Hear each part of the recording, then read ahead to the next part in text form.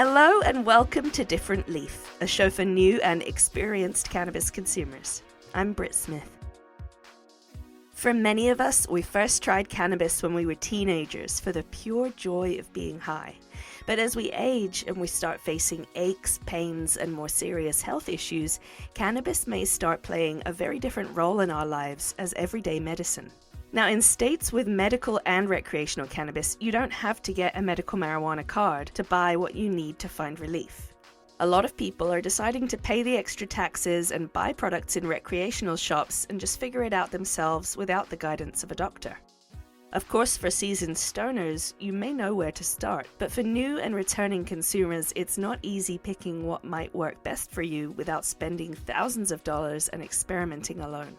Also, most of it is much stronger than the weed that we had access to decades ago. You're not just buying grass from a friend of a friend anymore. There are edibles and concentrates and capsules now, and you don't want to be off your face high just trying to ease some arthritis pain. So how can we transition from using cannabis casually or recreationally to using it regularly and intentionally to help heal our bodies? Our guest today is Sara Payan, an award-winning cannabis educator, policy advocate, and author who switched over from consuming cannabis for relaxation to using it to help herself through the side effects of chemotherapy for stage 3 colon cancer. Sara is now on the California Cannabis Advisory Committee, the San Francisco Cannabis Oversight Committee, and she's the co-chair of the San Francisco State Cannabis Legalization Task Force. She's also taught and lectured at large healthcare organizations, higher learning institutions, and public foundations like Kaiser, the University of California, San Francisco, and UC Berkeley Haas Business School. And on top of all of that, she's also the host of the fantastic cannabis education podcast, Planted with Sara Payan. Over the past few years, more and more cancer survivors like Sara have been speaking out about how cannabis and CBD helped with their nausea, appetite issues, physical pain, depression, and anxiety. This episode, we're going to hear from Sara about her experience moving from recreational use to medical cannabis use, what kind of products she found worked best for her cancer-related problems, how she now educates doctors, policymakers, and new medical consumers on issues like cannabis product options and dosage limits, and the importance of bud tender training on how to guide consumers who want to use weed for wellness. We'll be right back to chat with our guest, Sara Payan.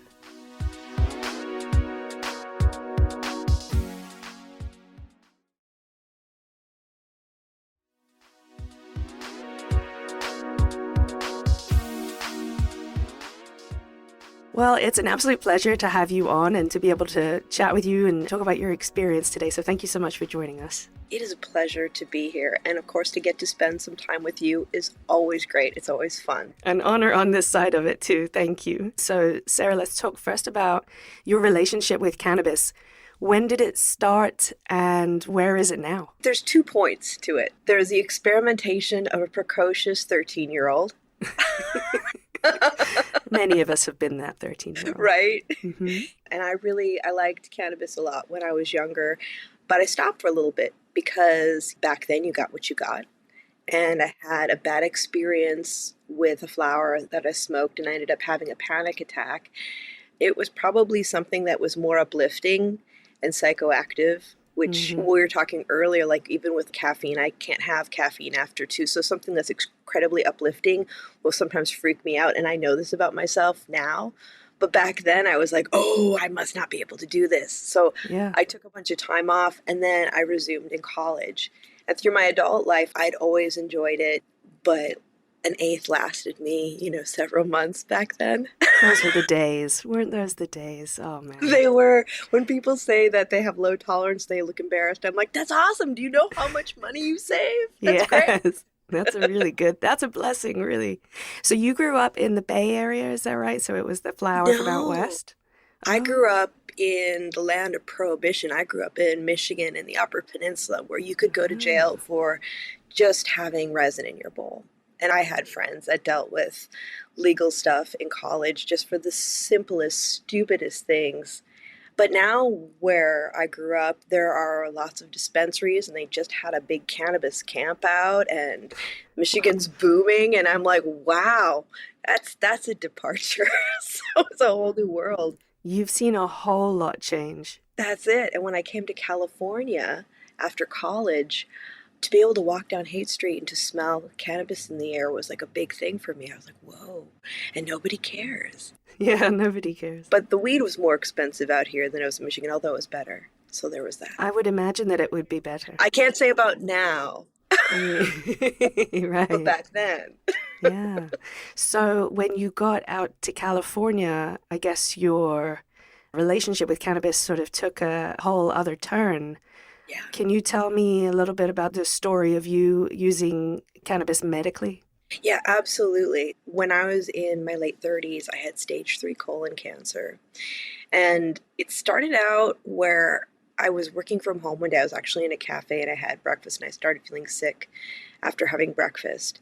And I found that every time I was eating, I was getting really bad cramping and nausea. And I couldn't figure out what it was. And I went to go see my doctor and he was like, you have IBS. I'll see you when you're in your 50s for your first colonoscopy. And I was nervous because my great grandma had died of colon cancer. He gave me some smooth muscle relaxants, told me to go home. He said, take those before you eat. They won't make you woozy, but they'll help so that you don't cramp up. Well, it kept happening. And a friend of mine at the time had a medical card because it was back in the 215 days. And he was like, Sarah, I think you should really consider smoking before you eat. And, I was open to it because I enjoyed cannabis. So I started doing that, and that actually really helped. It helped with like the nausea and the appetite? Yeah, and the appetite and the cramping. I didn't cramp up because what was happening was I was eating, and then I was cramping up to the point where I was having cyclical vomiting, so I was afraid to eat. Wow. So that really helped me. I went and got a second opinion from another gastroenterologist. And I found out that I had stage 3 colon cancer. And I didn't understand at the time. I thought you had to go through all these hoops to get your medical card and you had to really prove that you were sick. And, all these things like, I'm true blue, I've got cancer. You can't say anything to me. Yeah. So I got my card and I went to my first dispensary. And it was a weird experience because it was still back in the day where people were getting raided, so everyone was really careful. Even though people were really warm, it made you feel like you were doing something wrong.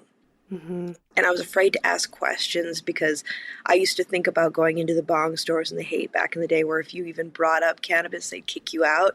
So I wasn't sure what the rules were and what I could ask and what I couldn't.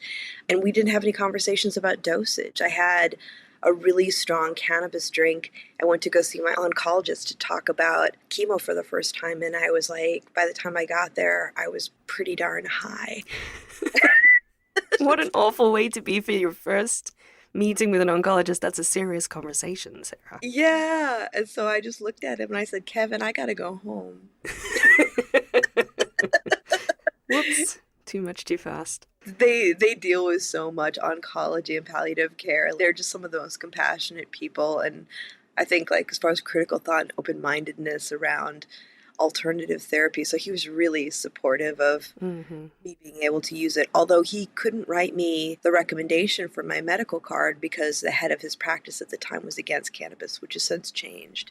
Wow. And I actually had to walk my gastroenterologist through the process of how to write the recommendation for me. There was a lot of learning that doctors had. They wanted to help, but they were also afraid of doing the wrong thing because they could lose their licenses. What year was it? That was in 2011. So that was really early days of the medical card stuff in California. Yeah. Yeah. So what kind of guidance could they give you? What did they know how to tell you? Nothing. Nothing about that. And that was one of the things that got me into education later on. And now my oncologist asks me for advice. That's nice to be the person who sort of goes to somebody for help and care, and then the tables now turn, and now you get to help and care for them and their patients. It's nice to be able to return the favor because they were really lovely with me and very supportive. And, one person can't be everything. And that's, I think, the big thing. I work with also doctors and healthcare professionals at UCSF and Kaiser as well to help them have conversations with their patients. Or even in the case of Kaiser, I've actually done presentations for the cancer patients and the palliative care staff just to educate them I always say I'm not a healthcare professional, but I do help train them. And it's more about creating that container for experimentation so that they can figure out what a safe dosage is for them, have that conversation about dosage, but also talk about what the different modes of use, how they can be used, how they react with certain people, talking about the cannabinoids and terpenes. And when we have those conversations, we're talking about how a majority of human beings respond to them, right? Because there are always anomalies. I have over 18,000 hours of experience with human beings in cannabis, and I've seen people have really strong experiences to a 30 to 1 CBD to THC ratio. And then I've had people who have extraordinarily high tolerances and people who just a little bit works for them. And I always tell people, if you talk to somebody who's had a successful experience with cannabis, that's awesome. But what works for them may not work well for you. So let's create that container for experimentation to figure out what works for you. And the goal is, when we're looking at it from a therapeutic standpoint, the ideal ratio of cannabinoids at the lowest volume that creates a desired reaction in the body. Because we don't want to get tolerance up. We don't want to take too much. And weed's expensive. We want to make sure that people who are using it medicinally get the most out of it, because it's not cheap to be sick. Yeah, it's kind of like burning money. The higher the tolerance goes, the more you need it, the more you use it. And it's this horrible cycle. When you were first starting off, and it was like 2011, 2012, and there wasn't really much guidance that the doctors could give you, I guess you were your own experimentation, right? You just sort of tried to find that lowest dose for yourself and worked your way up from there. Yes, and fortunately for me, I already liked cannabis, so it was fun to experiment and try things. But you have people who are using it medicinally who have never used it before, or may have had bad experiences, or may be really influenced by stigma. So they're not as open to, hey, let's throw this in the air and see what happens. Let's try a bunch of stuff. And so I was really lucky, because for me, being somebody who's already curious about cannabis beyond what I'd experienced, I was kind of like a kid in a candy store. Yeah, I bet. It was like, well, if I'm going to go through cancer, I may as well have fun doing it. The upside, maybe, you get to sort of experiment with a little bit of weed. So what helped you, and what did it help with? Was it still the nausea and the appetite and that kind of stuff? Nausea and appetite were a really big thing. Those were my biggest fears. And then also with pain management, because I ended up having a tumor the size of a lemon. And I had to have a resectioning before I went into 12 rounds of chemo. Whoa. So when I was done with my resectioning, they put me on opiates, and that's when Vicodin was still available. So I had Vicodin for a while, and then I had Norco. And I've always been the kind of person who, my body chemistry, I don't have many bad relationships with substances, with the exception of food. Me and you both, girl. I'm a snacker. I can't help it. But when I was in my early 20s and my doctor said, you have asthma and you have to stop smoking, I just stopped. And people were like, that's crazy. You just stopped. I'm like, yeah, I did. So when I had to stop taking my opiates after surgery, it was a really humbling experience, because though my mind said, you're done with it, we're moving on to other things, my body, I couldn't sleep. I was getting restless legs. I was having all these different effects after only using opiates for 2 weeks, but regularly throughout the day. My body had become really dependent on it, and that scared me. And so I was actually able to use THC-rich products to offset those feelings of withdrawal and also help with pain management, which was really good. And then I was also able to use it in lieu of my anti-nausea drugs, because when I started going into chemo, they'd hook me up on Wednesday. I'd spend a few hours in the chemo suite, and then I'd take home my little personal pump, and then my nurse would come on Friday morning to unhook me. And so during that time, I would have issues with appetite and also nausea. And nausea medications and opiates are both highly constipating, which when you're a stage 3 colon cancer patient, that can actually kill you. You don't think about that, until you go through it. So I was able to forego medications that would have had complications. So that was awesome. And then my ritual every Friday after chemo, my nurse would come, she'd unhook my port, I'd go take a shower, I'd smoke a bowl of Blue Dream, and I'd walk down to my cafe in my neighborhood, and I'd get my huevos rancheros. That was my thing I did to know that I was done for 2 weeks. Nice. That's a really good little treat at the end of a bout of chemotherapy. especially in California. Oh my gosh, the huevos rancheros in California, way better than anywhere else. Yeah, they're so good. It's so amazing that you can try all these different strains, and even though they've got the weirdest names, you can now pinpoint what strain makes you feel certain things, and then you can use it at those specific times of day or for those specific issues. Blue Dream and Dark Star were the two that I smoked a lot of when I was going through chemo. And for sleep, my Granddaddy Purple. I wish that we'd been able to do testing back then to see what you had been smoking and to see exactly what it was that was helping with your appetite, because like that's the movement forward in the medical community. That's the research that we want to see, where we can be like, this terpene mixed with this cannabinoid is exactly what is helping you have a better appetite. And that's a really big deal for cancer patients, right? Like you need consistency in medicine. So when other patients are trying to do this for themselves and they're trying to find that consistency, what's your advice about trying to sort of self-treat? What I normally do is I tell people to get the smallest amounts of products that they possibly can. And it's a little hard because I know people don't find grams as often. Most of the time we're finding eighths and larger for packaging, especially because people tend to want to purchase more and have a lower price point. But I think that taking smaller amounts and journaling is a huge part of it. Like really, like I can't tell you how many times people would come to me when I used to work behind the bar and say, you know, I've been experimenting with cannabis, it's not working for me. And I'd ask, well, what happened? And they just look really frustrated. They'd be like, all I know is that it didn't work. That's all I know, Sarah.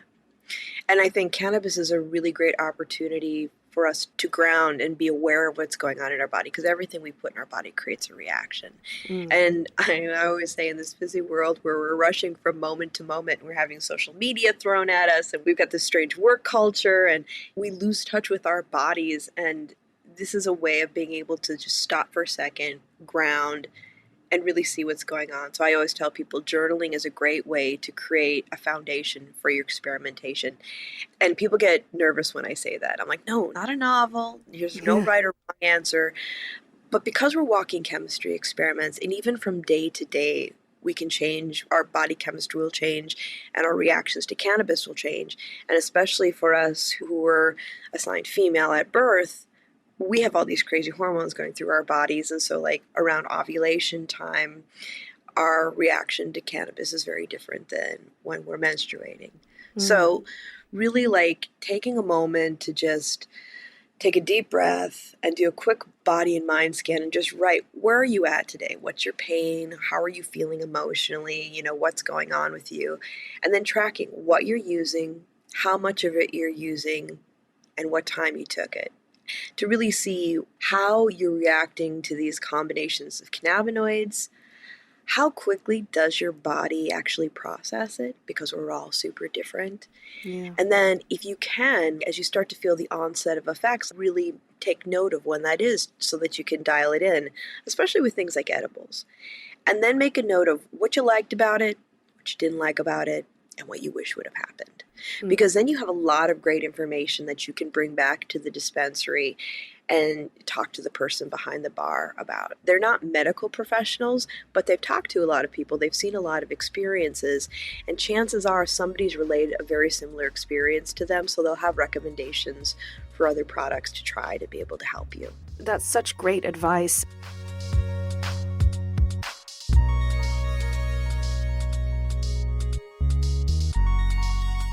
There really is this big gap between when you get your card and when you go to the dispensary and you have free pick of anything on the shelves that you want. So you're an educator, healthcare professionals, and you also educate the people behind the bar. Where do you start with trying to teach other people how to use a medicine that comes from a plant? I used to do trainings for the UCSF palliative care pharmacology students, and they would ask me, you know, Sarah, for this symptom, what would be the ratio and the dosage that you would recommend? And I'd say, well, the ratio range that I found can be effective is from this point to this point. The dosage may vary. It's the same as when you're looking at pharmaceuticals. There is no pat dosage for any one person. They start from a point, they continue with testing to see how it's reacting for the person, and they adjust dosage. And we're learning new stuff all the time, too.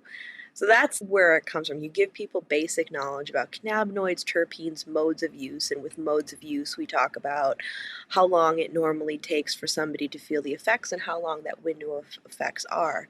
For example, if somebody's wanting to use cannabis for pain, I'm not necessarily going to recommend that they inhale cannabis because that's a very short window of effects. Right. Maybe that we do something with a sublingual or an edible, because an edible is going to have a larger window of effects, not unlike that of a pharmaceutical. So having those conversations, having people be less afraid of it, and also there are some people out there that don't think that people in dispensaries should be trained on cannabinoids, just cannabis in general, because they believe in a retail model, and I believe that there's definitely some gatekeeping on education. They're like, these people are behind a bar, they don't know what they're talking about, the turnover is high, and that's an elitist mindset. Mm-hmm. Because when we're looking at the turnover being high, the reason turnover is high in some dispensaries is because it is a retail model where they aren't investing in the education and the professional development of the people who are working there. And no wonder people would be leaving, because would you stay somewhere where you're not challenged and you're not encouraged to learn about what 8+ hours of your life you're selling? Yeah, that's a really, really good point. And I think that those are the exact people that need to be educated, because they are the people between me, the consumer, and the product. And I want them to know what they're talking about when they're selling to me, even as a recreational consumer, let alone being a medical consumer. There's got to be knowledge in the person behind the bar, I think. There does. And, when we're talking about adult use or recreational versus medicinal, what we found in areas where we're having regulated cannabis, when cannabis is legalized and people can actually get it without a recommendation, there are more people that are actually using it therapeutically because they don't have to have the conversation with their doctor. They don't have to Yeah. run around and get the recommendation, but they're curious about sleep or anxiety, or they may have some discomfort that they want to have help with. And so it seems like so many people think that now that we're in the era of legalization, we don't have to think about medicinal use anymore. That's gone. That's not true. It's lazy. And anyone who thinks that if they talked about the patients before, they were using them as a prop to get what they Mm-hmm. wanted. Because all use creates a reaction. Right. All use is an attempt towards homeostasis in one way or another. It is really important that we make sure that it's very clear that people who are working dispensaries are not giving medical advice, but they can give guidance so that people can have successful experimentation and help navigating through the process. It's super important. There's so many different products in each state, in each city even. I think it's important that you have somebody who knows what they're selling you, and they can give you some guidance on what it's going to feel like for you. Because there's just so much we don't yet know. And we, like you said, we learn every week. We learn something new. There's new studies that come out. And I guess like keeping up with that education is what's going to be really important as we stay in the industry and it continues to evolve, so that we stay on top of what the research really says about, how we use this in our lives. It's true. And also it helps with critical thought when we do you see some really good research come out, and then you've seen the articles, especially from magazines that are like, or publications that are notoriously anti-cannabis, and they come out with some crazy thing that cannabis has done, and you're like, where'd you get that? Where's the data on that? Where do I begin to pull Yeah. this apart? Yeah.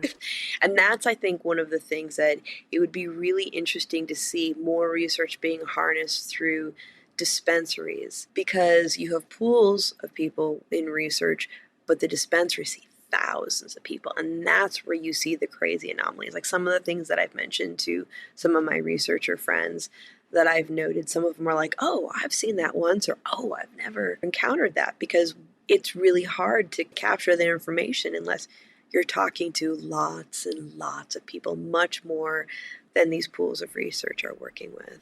Yeah, hopefully we'll see some more research that's coming from the data in those dispensaries, because they're the ones like front line, really working with patients and getting feedback from them. I think the big roadblock with that is that data is money. Yeah. When I was teaching my classes, I was having 200 people in classes from all over the world. Mm. but we have these conversations about that we're out of the medical time and that people aren't as interested in that. And that's not true. It's like, I always joke that, people will say, "Oh, Sara, are you an influencer?" And I was like, no, I'm not. There are very few pretty pictures of me smoking a joint. Where, That's how you know. And I think those pictures are beautiful. I'm not knocking any of my sisters that do that. But that's not my style. But what is my style is, let's talk about it. Let's normalize it.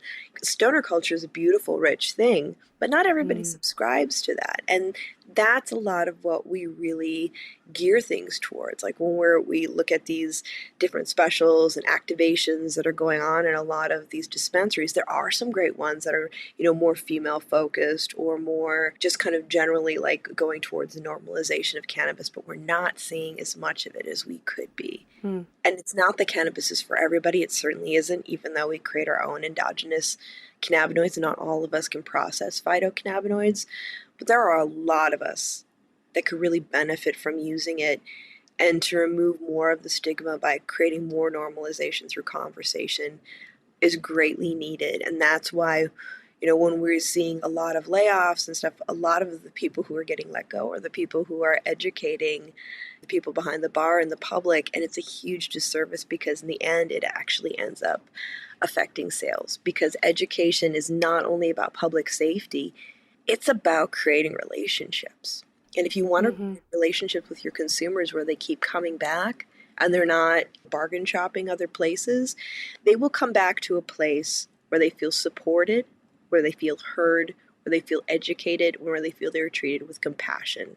Yes, I know there are people that just bop into their favorite shop and get whatever's fire and are gone, but most people have a much more emotional connection to it, even than they think. Cannabis is a very emotional thing. Anything that we put in our body that creates a reaction that people depend on to create homeostasis in their lives is an emotional thing. Yeah, absolutely. Well, I hope that your education and guidance can be a good template for others who have dispensaries, folks on the front line who work in dispensaries, get continued education, because everything's changing all the time. We're working in such a moving target of an industry. It's so fascinating. And as a patient myself, I love to talk to really well-informed, knowledgeable bud tenders. So definitely keep up what you're doing. Don't give up. And keep learning from incredibly knowledgeable people like Sara. Thank you so, so much for joining us today. Where can folks find out more about you? Well, if you want to find out more about me, you can follow me on Instagram. I'm Sara Payan on Instagram, and also you can follow my podcast, Planted with Sara Payan. It's Planted with Sara on IG, on Twitter. It's Planted with Sara Payan on Facebook. We just released last month our interview with David Crosby, which was one of the very last interviews. It was wonderful. This month we have Representative Earl Blumenauer, one of the co-chairs of the Congressional Cannabis Caucus, and we had Barbara Lee the other month, the other co-chair. So we've been having some really great conversations. So follow the podcast, follow me on IG if you want to see, cannabis education, information on policy making and things like cook, and pictures of my cat. Oh, yeah. I'm tuning in for the cat alone. And if you want to check out some of my articles, some of my educational materials, you can check out my website, which is www.sarapayan.com. Awesome. Thank you so, so much, Sara.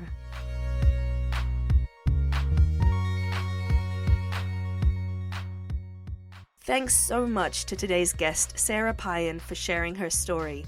Be sure to check out her podcast, Planted with Sara Payan. Next week, we're going on the road to Echo Creek Farm in upstate New York to see what it takes for our cannabis products to go from seeds to shelves with the folks behind Oho CBD and Cannabis. Where does it go after it's been grown here? So from here, it actually goes back to the main farm where it's dried, cured, bucked off the stem, the grinding, all the processing from flower to final product. And does it get packaged there? Yes. And if it's smokable? Yes, it gets packaged. But if it's going to be used for something like the oils or the gummies? That goes somewhere else. It goes to a different processor to be, extracted, and then that extracted material is sent off to different places around the state for different products. Make sure you're subscribed to the podcast wherever you're listening right now so you don't miss that next episode. Follow us on social media at Different Leaf, and I'm on social media at Brit the British. Make sure to give us a review. The best review wherever you're listening to us right now will win one of the coveted, gorgeous Different Leaf t-shirts from xdifferentleaf.com. And make sure you've got your spring cultural issue of Different Leaf the magazine out now at select retailers and at differentleaf.com.